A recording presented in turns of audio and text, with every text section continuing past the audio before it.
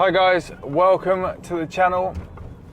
I recently hit 1,000 subscribers, so thank you very much. I think I'm about 1,100 now, which is absolutely brilliant. Over 100,000 views on my channel too, so thank you very much.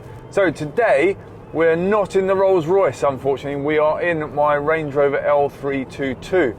Now, if you haven't seen my videos on my L322 and sort of why I bought it, and I blame Jeremy Clarkson and Harry Metcalf from Harry's Garage fame, please watch the video, which I'll put up above somewhere here.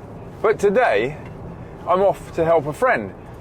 He's in the car trade, he's in the motor trade, and he has bought an Audi A8. I understand it's about 30 grand's worth of car, give or take, so it's obviously more money than this one by quite a long way. It's cheaper than my Rolls Royce, and I suppose in a slightly lower category it's the same sort of thing as my Rolls Royce, a big hefty wafting bit of metal, and with that German reliability of a Vorsprung durch Technik.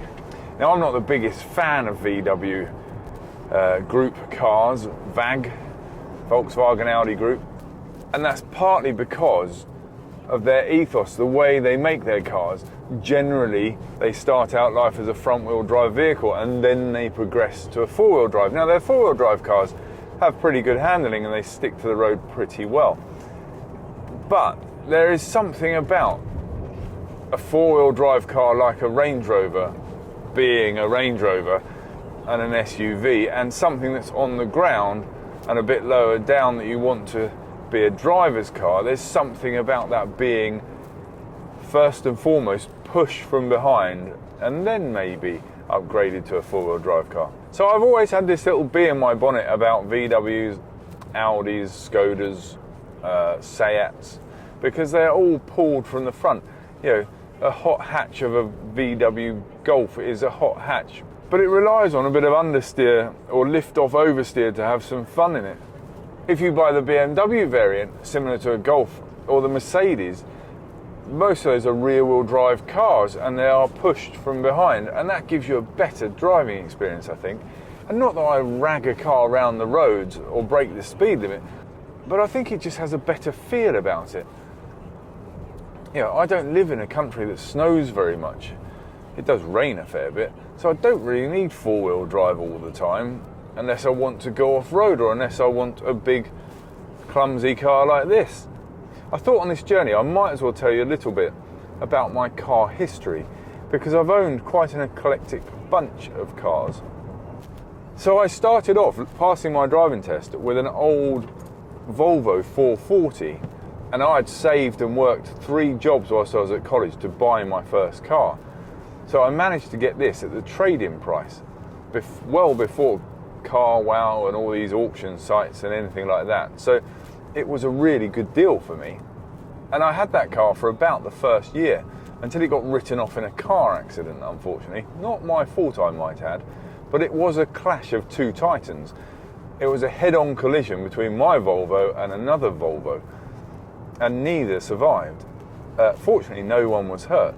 So I replaced it after now another year of working with another Volvo.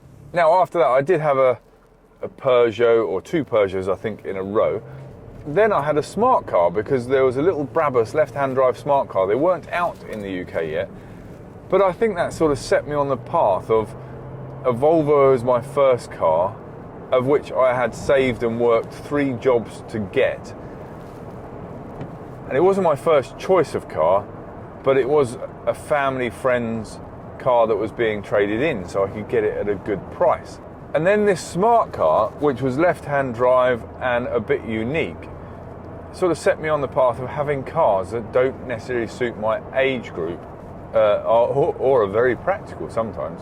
So I won't tell you every single car I've had, because it must be 40 or 50, but just some highlights along the way.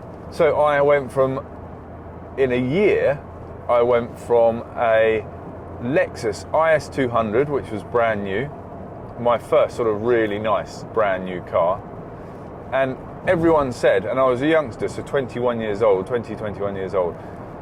everyone said I should have a manual, and I knew actually everyone should drive an automatic.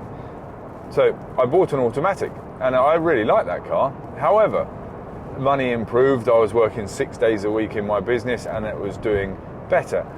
And I was sold on a Mercedes ML 270, also brand new. And I had a really good deal on the car, or so I thought. And it was black, and it was a Mercedes, and I'd sort of reached the pinnacle. And I made a mistake with that car because I had it 3 months, and it was wallowy and not very good. And it was the ML that was out at the time. The engine seemed a bit sluggish, and they soon after went to an ML 320, which was a 6-cylinder 3-litre diesel, and that was a much better car than the car I had. 3 months, and at a cost of £9,000, I ditched the ML because I had discovered the wonders of BMW M division, and I found a pretty cheap, nearly new, I think it was 6 months old or 8 months old, M3, E46 M3 on a 52 plate. So that is 2002, late 2002, maybe early 2003. I lost £9,000 of my really hard-earned money at the time, but fortunately, with little responsibilities and being relatively young still, 21, 22 years old, I was able to ditch that car, get into the M3, and it had kiwi green leather, and it was like a midnight black on the outside, so it was navy blue in some lights, but predominantly black. And it was superb. I did 40, 50,000 miles in that car and loved it. But business came back to bite me. I needed to expand, I needed to save money, and I needed money to open another shop. I was in dry cleaning at the time. I had to sell the M3, and I went back to a Brabus smart car. Now they were in the UK, and it was right-hand drive, this one, and I had its sign written with my company all over it, and I drove that for about 18 months, 2 years. I did pretty well like it, to be fair. It was a good fun car, and I don't live too far from Brighton, and I did a lot of work in Brighton, so it came quite handy to go around the busy little streets of Brighton. And actually you can get quite a lot in the back of a smart car.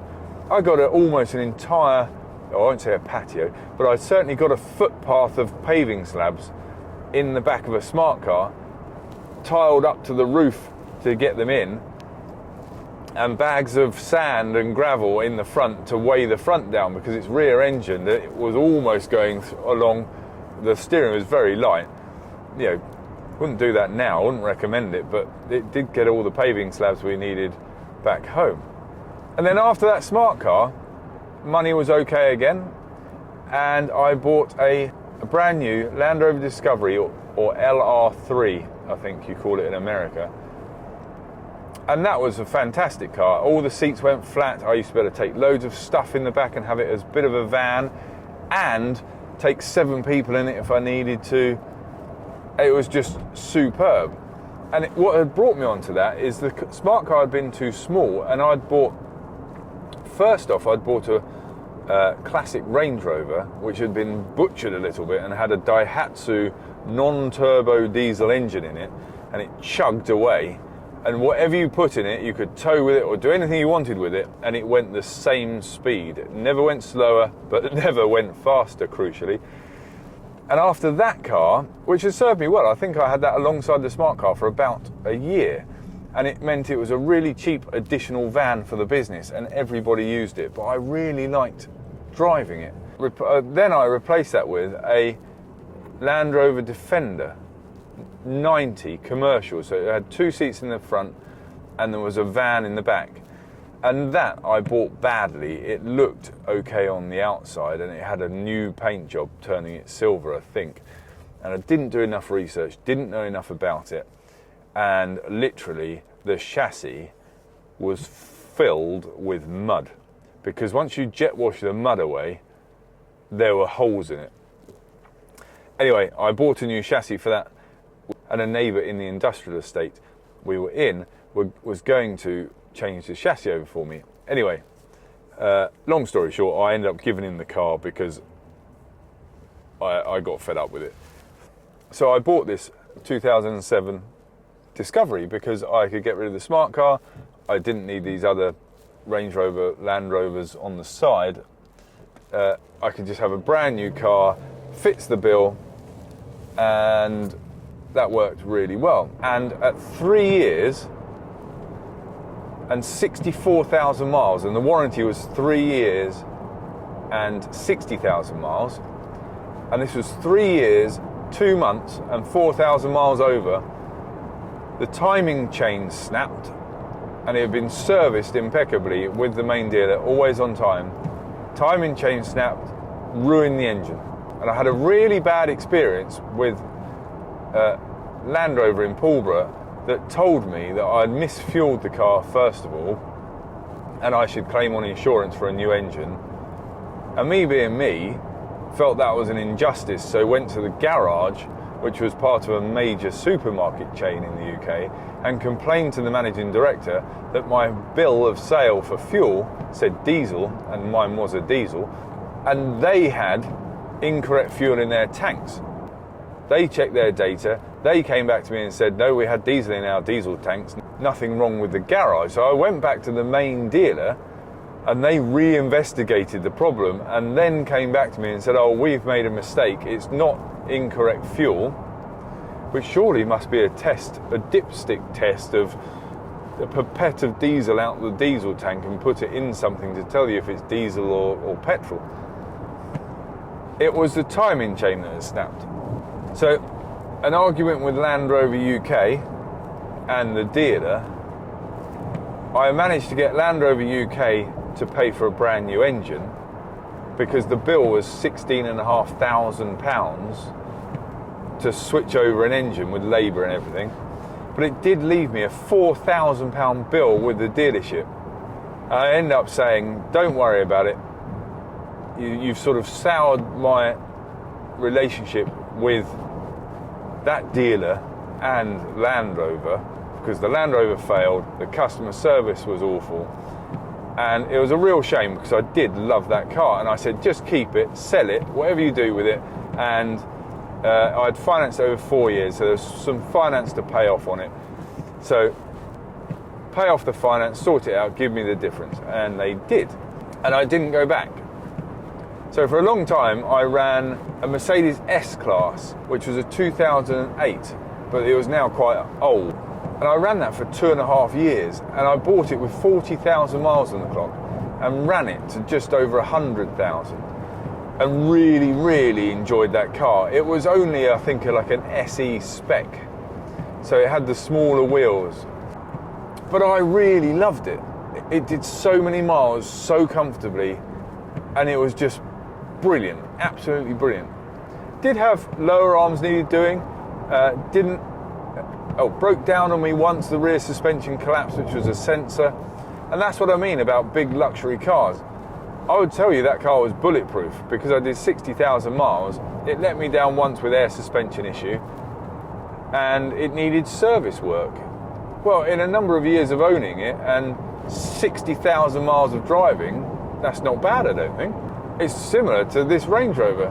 This Range Rover is, touch wood, there's no wood in here, hasn't let me down, but still needs servicing. I don't think a Range Rover is any worse or any better than another big luxury car. So after that S-Class, I had another couple of cars. I did have a Skoda, which for a while I had a taxi business, so I had the biggest Skoda Superb, and actually I found that okay. 2 niggles, front wheel drive, didn't like that. Secondly, had oversensitive parking sensors and emergency braking system. So you used to back up to like a bush and it would have some branches, and you were okay to go back a little bit more, but the emergency braking system would sense the bush and slam on the brakes. And if you had occupants in the car and you were turning around in their driveway or in the road, something like that, you would shoot them out the windscreen almost because the brakes had come on too sharply. I was in perfect control of the car, and every single time it slammed on the brakes, you could go back another couple of inches and there was room. But never mind. Anyway, VW Audi Group car, you see. but at least I didn't pay Audi prices, I paid Skoda prices. I had another Mercedes S-Class, a black S320 diesel, really nice spec, 2018 car, I think. I've skipped out a few in the middle. Oh, in between, I did have another Defender. So I needed to move stuff around, and I had a white Defender 130 pickup. And that was really good, never let me down. I sold it to a friend actually, and then ended up about a year later buying it back off him. And I think I ended up paying a bit more for it because he had changed the wheels and put some extra stuff on it. So I sold it to him for one price, bought it back for another. But I had that again for another year or two on the side of my daily drivers because it was very agricultural. It was stripped out, it was a workhorse. Served very well as a workhorse. Always started, sat outside, night and day, whenever you wanted to use it. It just started, it went, it was great. But also terribly uncomfortable. So I replaced it with an American truck. And on UK roads, you don't get many American trucks. And it was a Ford, if you know your Fords, it was a Ford F250 Super Duty, which in the UK, our biggest truck over here that we have from Ford is a Ford Ranger. And in America, they then have the F150, and then they have the F250. And the F250 platform can be even more powerful than that, with dual axles at the back. And that was brilliant. Even that let me down once, actually. It had a fault with a battery and broke down right when I didn't need it to. So I had that as well. And that could pull a fifth wheel in the back. So it did have a removable fifth wheel in the back.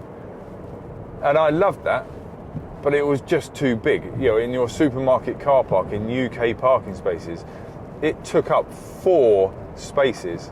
So that is how big it was. I think the F250 was a 6.8 V8, so not the most efficient vehicle in the world. I also had a little Fiat 126, which was done up like a little rally car. And it wasn't tuned or anything, it was just a little tiny car. And I'd have one again, because it was brilliant fun. Little skinny tyres, little engine, went relatively quickly because it was a go-kart, but it was also rear-wheel drive. And it was so much fun, rear engine, rear-wheel drive, and I bombed it round everywhere. And it felt quick because I was always on the max because it was such a small engine. I think it's less than a litre. I think it's like 900cc from memory. I only sold it because I wasn't driving it enough. And I felt bad that this little car was such a lovely little car, and I didn't have a garage at the time. This lovely little car was just sat there doing absolutely nothing. So I sold it, and I regret that still to this day. I wish, for the sake of 700 quid, and I bought it and sold it for the same money, I think. I wish I'd kept it. As you can see, I've had 2 Range Rovers, a Classic, which had been butchered a little bit. I've got the L322 today. I've had 2 Land Rover Defenders, a 130 and a 90. And I forgot, I also had, last year, another Defender, a 110. A friend was selling his. It was in really nice condition with some, he'd kitted out the back, so it was a 110 utility. So it was a van in the very back of it, and then had your 5 seats in the cab area. Running a Defender, old school Defender, alongside this, I suddenly realised why Jeremy Clarkson on his farming show, he doesn't drive a Defender, he drives one of these. Because I've got elbow room here, I've got space, I've got luxury, and this car is about the same price as an old Defender. So why squash yourself in and not have any luxuries? I might as well have some heated seats. Because I've remembered that car, that means I've had 3 Defenders, one of each size. I've had a Classic Range Rover, and I've had this L322, and I've had a LR3 or Discovery 3 as well. And all of them I've thoroughly enjoyed. The one I enjoyed the least is probably the latest 110 Defender, and that's only because I've also got this. And when you look at it for the money, I don't know why you'd buy the old Defender. And they are coming down in price. They were collector's items and everyone wanted one. But now everyone realises they can have air suspension and make modifications to a new Defender, and they've got space and comfort and all these luxuries. I think the novelty of an old Defender's slightly worn off. Anyway, I've then had, alongside this, my silver Rolls Royce that you've all seen on the channel. And for those of you that didn't pay attention or didn't watch my other video about my Rolls Royce, when I was eating the McDonald's in the back of the car, I told you I had a Rolls Royce Wraith, which I bought at a really good price. And I only sold it about 6 months ago, and I had it for 18 months. So I was a 2 Rolls Royce garage for a moment, which is a fantastic place to be. But I did, like for like, driving them next to each other, I did prefer my big silver Rolls Royce, the Phantom, over the Wraith. And I especially liked it more at the beginning. However, the Wraith did grow on me because it became more of a driver's car. But it just didn't have the sense of occasion in some ways as my big silver Rolls Royce does, the Phantom. But once I got my head around that I'm not driving a Phantom, I'm driving something different, therefore the setup is different, the feel should be different. I actually really started to enjoy that car, and I was a little bit sad to see it go. Now, if the market hadn't been plummeting and every Rolls Royce was losing lots and lots of money, I probably would have kept it. But sadly, I'm not in a position to take a massive hit on depreciation on something. One other car I had before this, actually, I forgot to mention, was a Tesla Model S 90D. It's a dual motor, 90 kilowatt hour battery. It was incredibly reliable. I did, I don't know, 60,000 miles in it in 2.5 years. I found the range okay. I charged it at home. It was all really good, really easy to use. I could preheat it off the app. I could do all those good things. I could have done with 50 miles more range on it. That's sometimes within a day, especially when I have the kids' school run to do and I'm doing work during the day. I used to leave the house, travel around all day, meeting to meeting to meeting, and sometimes I would be right on the edge of getting back home after picking up the kids, of running out of battery. And if it had just been that little bit newer, maybe the 100D, it would have, a slightly newer one or the new Model 3 would have been adequate. And it wasn't inadequate. Believe me, I only came close. I never actually ran out of battery. But you just get that little bit of stress of range anxiety once you've done 250 miles in a day and you're cruising home with 2 hungry children in the back, and the car tells you that it's got 3 miles range left. And I didn't drive it slowly either. I never had it on the eco mode or whatever they call it, chill mode I think it is. I always drove it at full available power. And one thing I had to get used to going from that car to this was putting my foot down on a dual carriageway to overtake something and not having that instant torque and instant power delivery to like nip out and nip past. I'd put my foot down in this and it would go, oh yes, let's change gear, boom, and off you go. But other than that, what a fantastic car that was. And it was only selling that to scratch the itch of buying an L322 that I sold it. Otherwise, I'd probably still have it. So I think that's a little lowdown on the cars I've had, and I'll try and cut that all together so it's a bit more compact. Otherwise, I think you'll have an hour of me rambling on about the cars I've owned. So guys, I finished off my video the other day but forgot to sign off, and I've just been doing the editing and realised that I have no ending to it. So I'm just off to the shops really quickly, and I thought I'd take the Range Rover just to say thanks for watching. Please like and subscribe.